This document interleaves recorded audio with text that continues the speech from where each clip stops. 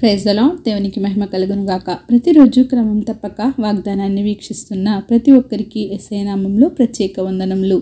Subscribe చేసుకుని అనేక మందికి షేర్ చేసి దేవుని మాటల ద్వారా బలపరచండి. ఈ దినమునకై ఏర్పాటు చేయబడిన దేవుని వాగ్దానము. యెహోషువ గ్రంథము 10వ అధ్యాయము 8వ వచనము.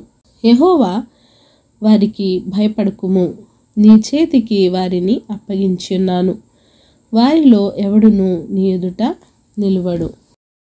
మన దేవుడు మన కొరకు ఏమైనా చేయగల సమర్థుడు. యెహోషువతో యెహోవా దేవుడు ధైర్యం తెచ్చుకోమని సెలవిస్తున్నాడు. భయపడకుము, నీ చేతికి నీ శత్రువులను అప్పగిస్తున్నాను, వారిని నీ ఎదుట నిలువనివ్వకుండా చేస్తాను అని మాట సెలవిచ్చాడు.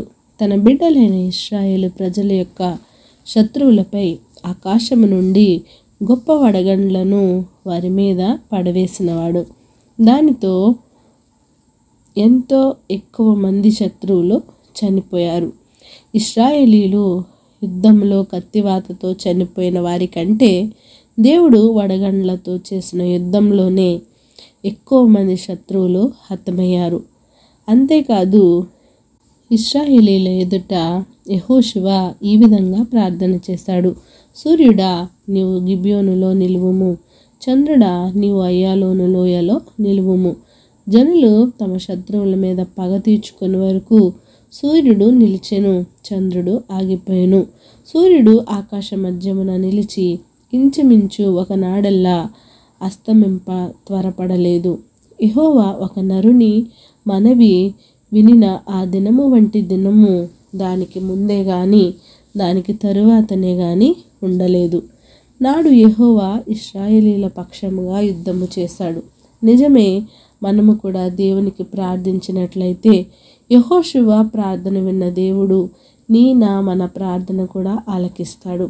ఇశ్రాయేలీలైన తన ప్రజల కొరకు గొప్ప వడగండ్లను ఆకాశం నుండి కురిపించినవాడు, సూర్యచంద్రులను నిలిపివేసినవాడు, తన ప్రజల పక్షముగా ఉండి యుద్ధం చేసినవాడు ఈరోజు నీ కొరకు కూడా చేస్తాడు. దేని విషయంలో నీవు పోరాడుతున్నావో నీ కొరకు ఆయనే పోరాడుతాడు. యుద్ధం చేసి నీకు జయమును అనుగ్రహిస్తాడు. కేవలం నీవు ప్రార్థన చెయ్యి, దేవునిని అడుగు, ఆయనను ఆశ్రయించు. ఆమేన్. చిన్ని ప్రార్థన. మమ్మల్ని అతిమికిలిగా ప్రేమించిన మా ప్రియ పరలోకపు తండ్రి, మీరు ఇచ్చిన వాగ్దానంకై వందనాలు దేవా. ఎవరైతే ఈ వాక్యాన్ని విన్నారో, విన్న వాక్య ప్రకారం వారి జీవితాలను సరిచేసుకొని కేవలం నీ మీద ఆధారపడి మిమ్మల్ని ఆశ్రయించి మీకు ప్రార్థించడి వారిగా ఉంచండి నాయన. కష్ట సమయాల్లో, నష్ట సమయాల్లో, శ్రమలలో, బాధల్లో, ఇరుకులో కేవలం నీ వైపు చూచి నీకు ప్రార్థించడి వారిగా మమ్మల్ని ఉంచండి.